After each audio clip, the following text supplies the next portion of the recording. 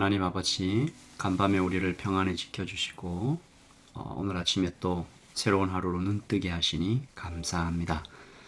하나님 아버지, 이번 한 주간 히브리서 11장을 통해서 믿음을 배우게 하시고 진짜 믿음이 무엇인지 하나님께서 말씀하시는, 바라시는, 간절히 원하시는 참된 믿음이 무엇인지 알아가게 하시니 감사합니다. 히브리서 11장을 통해서 우리가 믿음에 대해서 배워나갈 때마다 하나님께서 우리와 함께 하시고 얼마나 좋으신 분인지, 우리 예수님의 사랑과 희생이 얼마나 큰 것인지 깊이 깨닫게 하시고, 그래서 믿음으로 살아가는 우리 모두가 되게 하여 주시옵소서. 오늘 아침을 시작하는 모든 라이트 처치 성도 여러분과, 그리고 또 이 땅에 하나님의 이름을 부르는 자들, 예수 그리스도의 제자와 하나님의 아들, 딸 되는 모든 성도들에게 동일한 은혜로 채워 주시옵소서. 감사합니다. 우리 주 예수 그리스도의 이름으로 기도합니다. 아멘.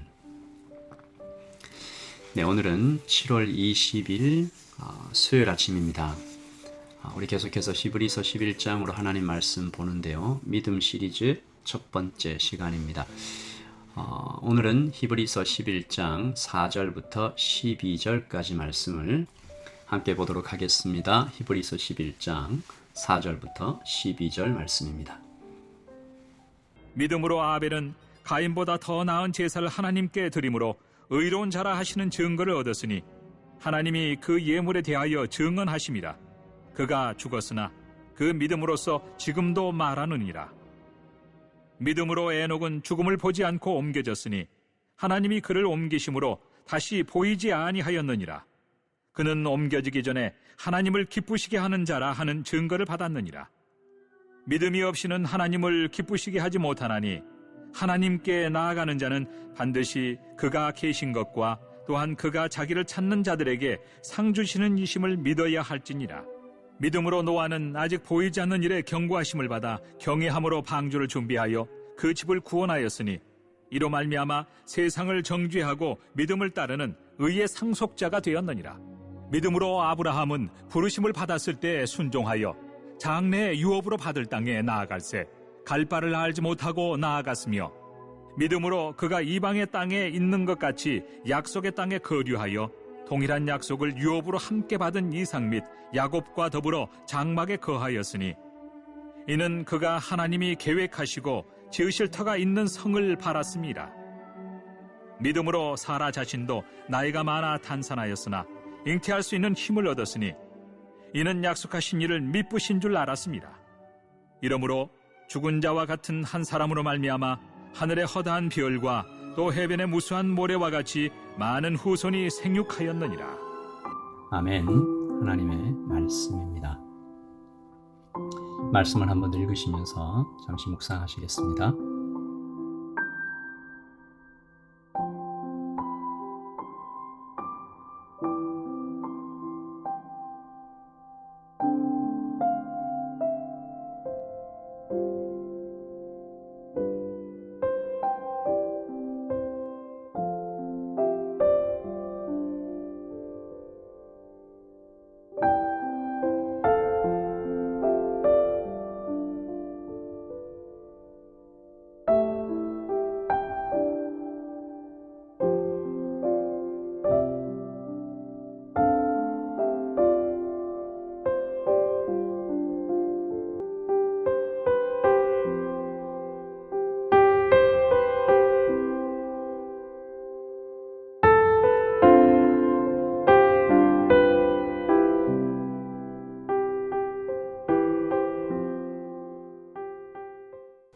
믿음이란 무엇인가에 대해서 계속 질문하고 있습니다. 지난 주일에도 믿음은 나를 믿는 예수님을 믿는 것이다 라고 말씀을 드렸었는데요. 성경이 말하는 믿음은 그 어디에서도 나를 근거로 하지 않습니다. 다시 말해서 전적으로 우리 주님의 은혜다라는 것이죠. 그렇다면 나를 믿어주시는, 나를 믿는 예수님은 무엇을 근거로 나를 믿으시는가? 예수님 자신이죠. 시간을 초월하시고 시간의 모든 스펙트럼에 현존하시는 우리 주님께서 확정된 미래를 보면서 말씀하시는 것입니다. 나는 반드시 너를 하나님의 형상으로 완성하겠다. 나는 이미 보았다. 그러므로 주님은 내가 아닌 주님 당신의 신실하심을 근거로 나를 믿어주시는 것이죠. 그러므로 나 또한 나의 부족함이나 연약함을 보고 실망할 것이 아니라, 좌절할 것이 아니라 주님의 완전하심을 바라보며 믿고 따르는 것입니다. 이것이 성경이 말하는 믿음입니다. 그렇다면 오늘 본문 4절에서 12절까지 이 믿음의 이 선배들, 믿음의 대선배님들이죠. 영웅이다라고도 말할 수 있는 이분들의 이름을 이렇게 기록하는 것은 무슨 의미일까? 이렇게 보기만 해도 주눅이 들 것 같은 이 믿음의 대선배들의 이름이죠. 에녹은 죽음을 보지 않고 승천했던, 노아는 방주를 만들었죠. 아브라함은 믿음의 조상이라는 대단한 이름을 가지고 있잖아요. 100세나 되어서도 그리고 그 100세가 되어서 얻은 금지옥엽, 정말 귀한 아들을 하나님께 제사로 드리는 어마어마한 믿음을 가진 분이다라고 우리가 알고 있습니다. 그러면 오늘 말씀은 이런 믿음의 영웅들을 따라 살라고, 이런 믿음을 소유하라고 명령하시는 것인가? 너도 믿음을 지키고 하나님께 순종하며 살아가면 이렇게 영웅적인 이름을 갖게 될 거야. 에녹처럼 하늘로 승천할 수도 있고, 노아처럼 큰 사역, 방주처럼 어마어마한 일들, 놀라운 것들을 이루며 살 수도 있고, 아브라함과 사라처럼 위대한 이름을 남기며 불가능을 가능케 하는 기적을 보며 살아갈 수 있다라고 말씀하시는 걸까요? 여러분, 만약에 오늘 이 히브리서 11장 4절부터 12절 이 말씀이 만약에 그런 것이라면 이 영웅들처럼 살아라 라고 모범을 보여주시고 따를 것을 명령하신다면 그러면 어떻게 살아야 될까요? 아벨처럼 가인보다 나은 제사를 드려야 되겠죠. 에녹처럼 하나님을 기쁘시게 하며 평생을 살아가야 되겠죠. 노아처럼 수십 년간 사람들의 손가락질을 받으면서도 꿋꿋하게 방주를 만들 수 있는 믿음의 뚝심이 있어야 되겠죠. 아브라함처럼 갈 바를 알지 못해도 즉시 순종하여 본토 아비 집을 떠나야 되겠죠. 그래야 믿음의 조상도 되고 하늘로 승천도 하고 약속의 땅을 기업으로 받기도 하고 노아처럼 위대한 건축물을 남기고 이렇게 되지 않겠습니까? 아니죠. 오늘 말씀은 그런 뜻이 아닙니다. 하나님은 그렇게 말씀하시지 않았죠. 오늘 설교의 제목을 하나님의 열심, 하나님의 믿음이라고 지었습니다. 한 목사님께서 히브리서를 강의하시는 중에 이런 말씀을 하셨어요. 인류의 역사는 아담으로 시작해서 인간이 아예 완전히 망쳐놓아버린 하나님의 나라를 그래도 하나님께서 포기하지 않으시고 다시 세워가는 이야기다. 역사를 연구하는 분들이 이런 얘기 하시는 것 같아요. 인류가 멸망하지 않은 것은 거의 기적이다. 신기하다. 인류가 멸종할 뻔한 순간들이 역사 속에 너무 많았다는 것이죠. 여러분, 누가 막으셨을까요? 누가 구하셨을까요? 이 세상은 그러므로 하나님의 적극적인 개입으로 유지되고 있는 것입니다. 섭리하시는 것이죠. 하나님은 이 세상을 어떻게 구하고 계시죠? 인과율이 아닌, 그러니까 잘못과 잘하고 못하고 이 잘잘못을 따지는 것이 아닌 사랑과 믿음의 법으로 구하십니다. 맞냐 틀리냐의 관점으로 충돌하고 서로 죽이는 인간 세상에 하나님께서 그보다 훨씬 높은 차원의 하나님의 방법으로 세상을 구하고 계신데요. 이것은 사랑을 기초로 한 믿음입니다. 하나님은 사랑을 기초로 한 믿음으로 이 세상을 구하고 계십니다. 제가 이것을 하나님의 열심, 하나님의 믿음이라고 표현해 본 것인데요. 그렇다면 오늘 말씀을 한번 들여다보십시오. 특별히 아브라함을 한번 살펴볼게요. 훌륭한 분이죠. 그러나 엄청난 실수도 저지른 분이지 않습니까? 자기 아내 사라를 누이라고 속이고 이방의 왕에게 팔아넘겼습니다. 좀 심하게 말하나요? 목숨을 구하려고 그런 걸 아닙니까? 맞는데요. 돈을 받고 넘겼습니다. 이 팔아넘겼다고 해도 그리 틀린 건 아닌 것 같아요. 뿐만 아니죠. 하나님께서 아브라함과 사라에게 아들을 낳을 거다라고 얘기했는데 웃습니다. 하나님께서 왜 웃느냐? 안 웃었다. 아니다. 네가 웃었다. 뭐 이런 대화들이 성경에 기록되어 있죠. 하나님께서 그래서 말씀하십니다. 아들을 낳으리니 아들의 이름을 웃음이라고 지어라. 이삭이죠. 다시 말해서 아브라함은 그 자신이 훌륭해서 흠이 없어서 또 하나님의 기준에 넉넉할 만큼 순결해서 위대해서가 아니라 하나님의 지극한 열심 때문에 믿음의 조상이 된 것입니다. 이 믿음의 조상이라는 말 자체가 믿음이 제일 뛰어난 사람이다라는 게 아니고 이런 사람도 믿음의 사람으로 바뀔 수 있는 가장 큰 증거다라는 의미라고 어떤 분이 그렇게 해석을 하시더라고요. 굉장히 일리가 있다라고 생각됩니다. 그러므로 우리는 오늘 말씀을 이렇게 읽어도 됩니다. 아벨이 가인보다 더 나은 제사를 드릴 수 있도록 하나님은 아벨을 가르치셨다. 에녹이 죽음을 보지 않고 승천할 만큼 하나님께 완전히 가까이 나와 동행할 수 있도록 하나님은 무드셀라를 태어나게 하시고 그를 969살까지 살게 하시면서 심판을 연기하고 또 연기하시며 에녹에게 말씀하시고 사랑하시고 은혜를 부으셨다. 또 하나님은 노아가 방주를 완성할 때까지 날마다 도우시고 또 말씀하시고 힘을 주시고 설득하셨다.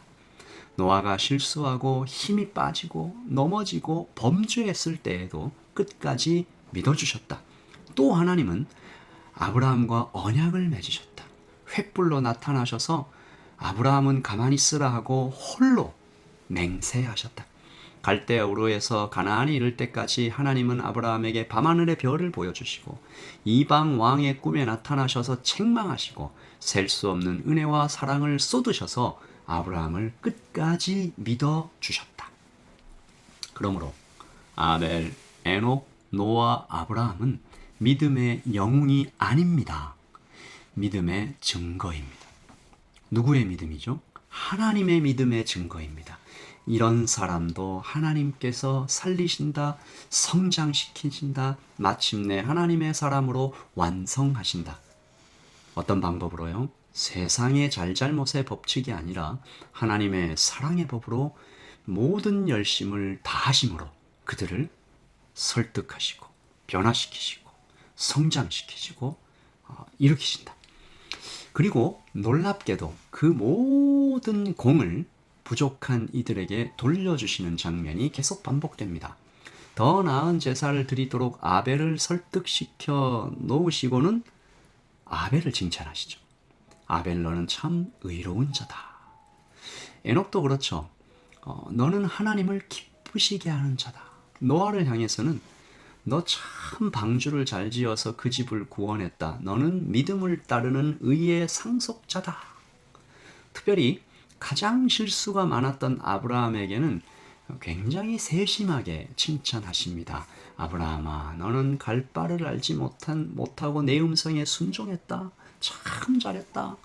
너는 하나님의 하나님의 성을 바라보고 그렇게 한 거지. 얼마나 훌륭하니. 오늘 여기 말씀해 보시면 10절이잖아요. 이는 그가, 이 아브라함입니다. 이는 아브라함이 하나님이 계획하시고 지으실 터가 있는 성을 바랐습니다. 아브라함이 그렇게 했다라는 것이죠. 그리고 하나님의 말씀을 듣고 웃었던 사라에게는 또 뭐라고 말씀하세요? 11절이죠. 믿음으로 사라 자신도 나이가 많아 단산하였으나 잉태할 수 있는 힘을 얻었으니 이는 약속하신 이를 미쁘신 줄 알았습니다. 사라가 하나님을 믿음직한 분이라고 고백했대요. 처음부터 그러지 않았잖아요. 여러분, 그렇습니다. 역사는 사람이 망쳐놓은 세상을 다시 일으켜 가시는 하나님의 열심입니다. 잘잘못을 따지는 세상의 법이 아니라 하나님의 믿음으로, 즉 헤세드의 사랑이라는 아주 높고 아주 고상한 하나님의 법, 하나님의 믿음으로 그렇게 하십니다. 그러면 우리는 오늘 아침 어떻게 해야 될까요? 우리는 오늘을 사는 것입니다. 내일 일은 내일이 염려하게 하고 오늘 주님을 바라보며 하루를 살아가는 것입니다. 우리가 아브라함처럼 대단한 믿음의 경지까지 가지 못했습니다 라고 좌절하거나 뒤로 물러가거나 자책하면서 그저 체념하는 것이 아니라 오늘까지 갈고 닦은 나의 믿음의 실력만큼, 내가 가진 그 믿음의 분량만큼 하나님을 바라보는 것입니다. 나를 무한 사랑하시고 철석같이 믿어주시는 하나님만 바라보며 오늘을 살아가는 것이죠. 하나님의 열심이 수천 년, 수만 년을 이어오셨구나. 그 열심이 오늘도 포기하지 않으시고 나를 붙들고 계시는구나. 오늘 히브리서 11장의 이 이름들처럼 나의 이름도 기록해 주시겠구나. 칭찬해 주시겠구나. 참 잘했다. 너는 믿음의 사람이다. 그렇게 불러주시겠구나. 우리 그렇게 좀 소망을 가지고 이 하루를 시작했으면 좋겠습니다. 오늘 하루 주님과 동행하기를 소원합니다. 하나님의 열심을 바라보기를 원합니다. 우리 같이 기도하겠습니다.